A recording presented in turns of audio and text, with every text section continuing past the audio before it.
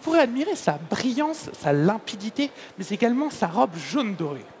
Maintenant, on va pouvoir passer au nez, la deuxième phase de l'analyse sensorielle. Je vous laisse réaliser le premier nez, puis ensuite réaliser un deuxième nez en agitant le rêve de poire, afin que ces arômes puissent se développer.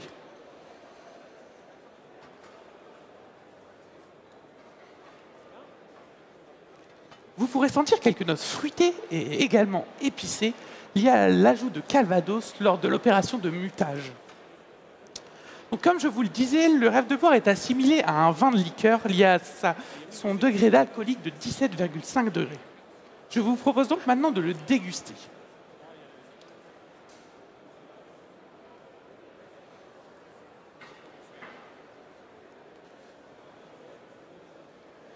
Le rêve de poire vous propose donc une palette aromatique très riche. La Mistel valorise vraiment donc une aromatique donc très riche et riche en arômes également. Vous pourrez sentir donc des saveurs fruitées, épicées et même boisées. Il y a l'élevage en fût de chêne français. Pour finir sur l'élaboration, nous revenons maintenant donc sur l'élaboration. Après l'opération du mutage, donc le rêve de poire vieillira pendant 1 an en fût de chêne français, puis sera ensuite embouteillé et commercialisé. La question que vous allez vous poser maintenant, avec quoi accorder le rêve de poire? Sa personnalité sublime un foie gras normand au torchon, mais également les différents fromages AOP de Normandie, qui, je le rappelle, sont le camembert de Normandie, le Neuchâtel, le Pont-l'Évêque et le Livarot. Il pourra également sublimer l'andouille de vire que vous avez devant vous et que je vous invite à déguster. À la fin du repas, on l'appréciera comme vin dit de conversation, accompagné donc d'une tarte aux pommes ou une tuile au chocolat noir.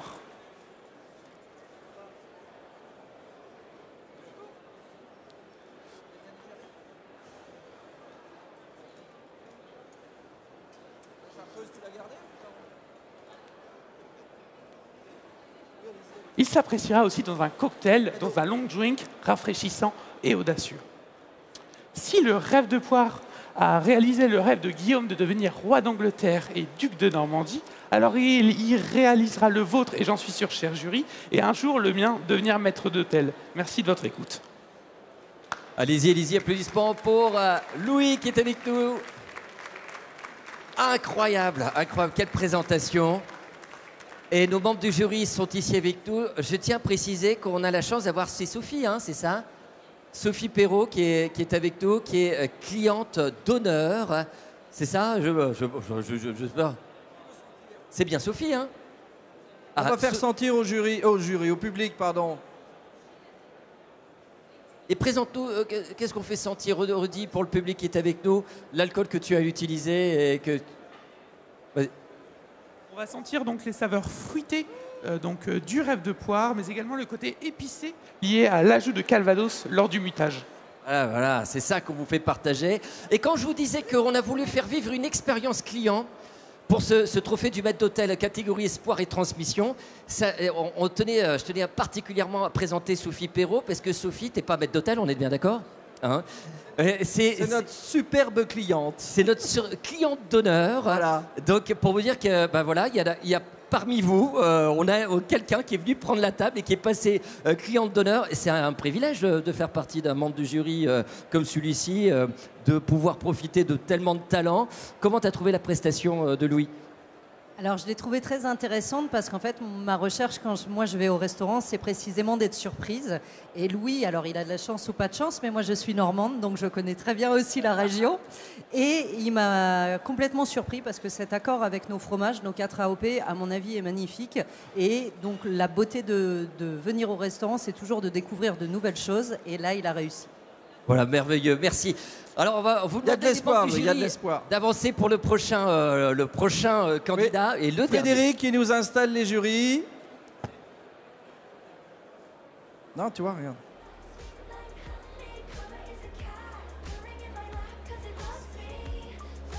Pendant ce temps-là, on renseigne. Et puis, c'est la dernière épreuve de cette catégorie Espoir et Transmission. C'est la première édition de cette année 2025. Ça n'a jamais eu lieu pour les jeunes. Habituellement, le trophée du maître d'hôtel est réservé qu'aux professionnels. Ce sera le cas pour la 5e édition cet après-midi à partir de 13 h. Et on compte sur vous pour être nombreux, pour vivre. Déjà, merci ce matin d'être venus encourager, d'être si nombreux. Ça nous donne beaucoup d'espoir, effectivement.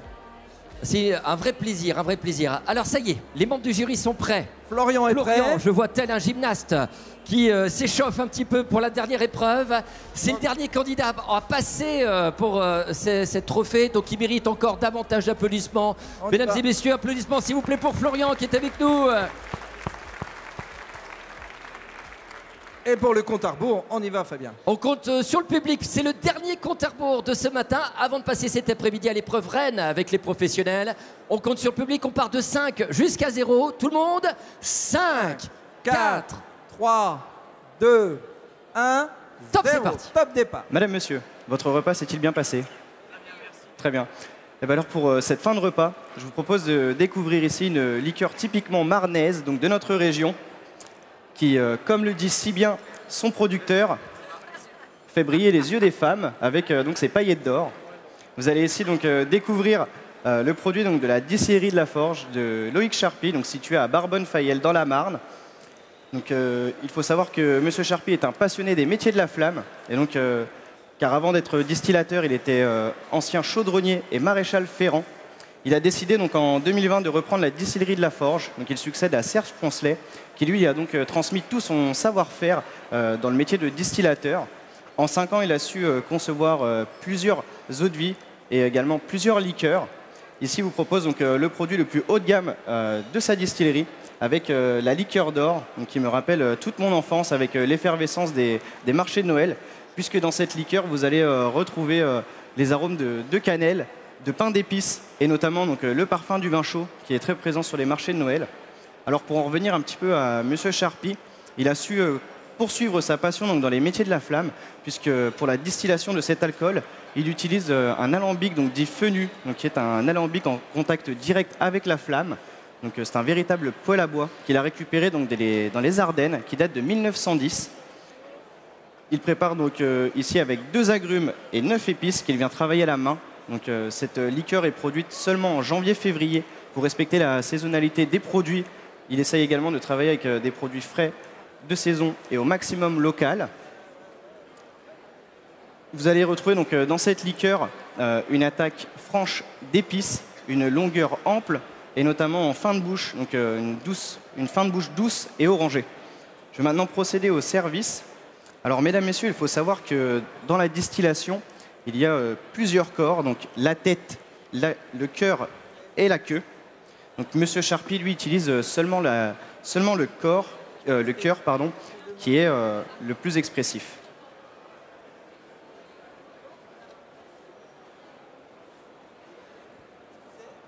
Faut rester devant.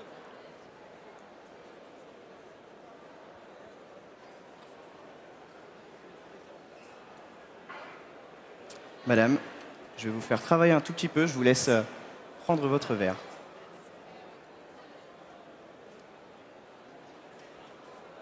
Et voici pour vous, monsieur. Je vous en prie.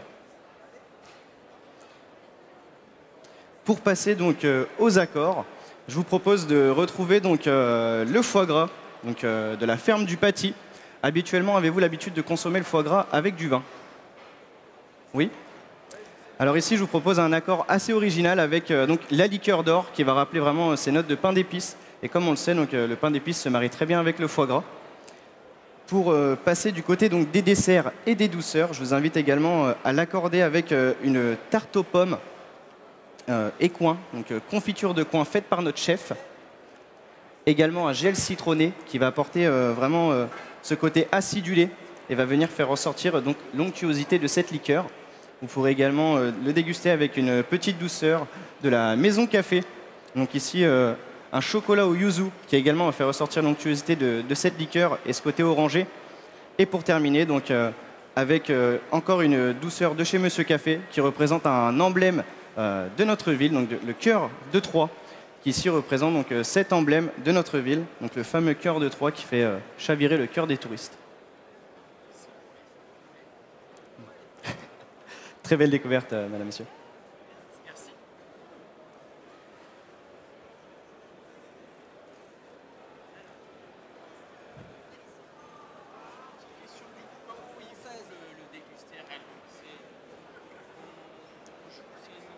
Oui, vous pouvez jouer par rapport aux aliments que je vous ai apportés, bien évidemment.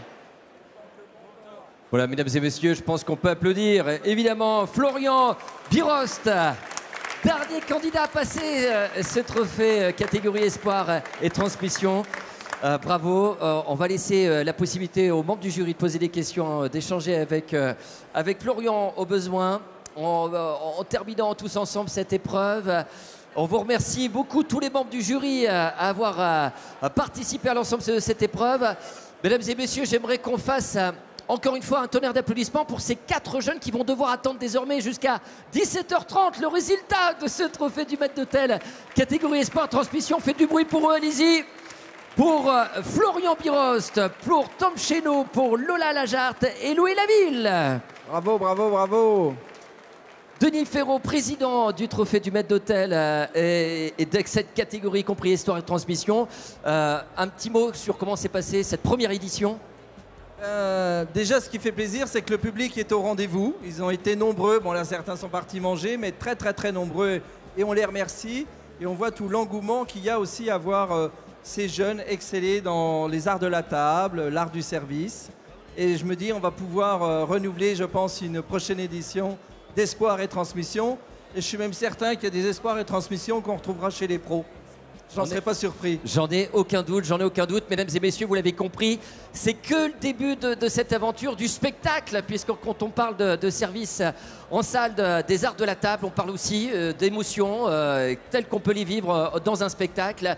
Eh bien, c'est bien ce qu'on vous invite à vivre avec peut-être les meilleurs en France, peut-être en Europe, peut-être au monde, on peut le dire. Peut-être. Ah, c'est même sûr, qui seront présents avec nous cet après-midi. Ils étaient plus de 20, ils ont fait les demi-finales il y a quelques mois, au mois d'octobre, à l'Institut Life. Et là, ça y est, nous avons les 6 finalistes, les 6 professionnels maîtres d'hôtel présents avec nous cet après-midi à partir de 13h pour vivre la seule compétition en public de trophées de concours de maîtres d'hôtel. Exactement. Et réservé par les pros et préparé par des professionnels. Donc autant vous dire que c'est avec du grand spectacle. Vous allez voir des belles flammes, vous allez voir des préparations, des choses que vous ne voyez jamais et que vous allez pouvoir voir ici avec nous. Du fromage, du vin, fromage, du café, du dessert, vous verrez tout. Vous allez passer par des émotions multiples et on vous attend nombreux pour le vivre et le partager avec nous à partir de 13h. Merci Fabien, bonne pause gourmande et à tout à l'heure. Merci. Vous pouvez débarrasser.